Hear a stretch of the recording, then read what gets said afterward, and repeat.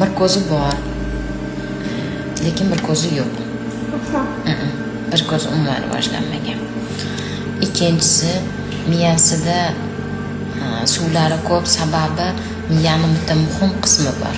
Ana o'sha qism rivojlanmagan. Undan tashqari yuragida paroklari yo'q ekan, lekin buyraklari yaxshi ishlamayapti. Buyraklari kattaroq.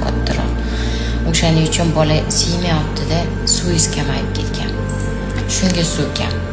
Bolaning harakati rostdan ham kamroq. Endi uni nuqsonga bog'lash to'g'rimi deb to'g'ri deb o'ylamayman, chunki suv kam bo'lganda o'zi bolaning harakati ham kamroq bo'ladi.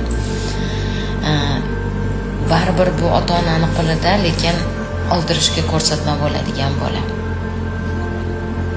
Shunaqa.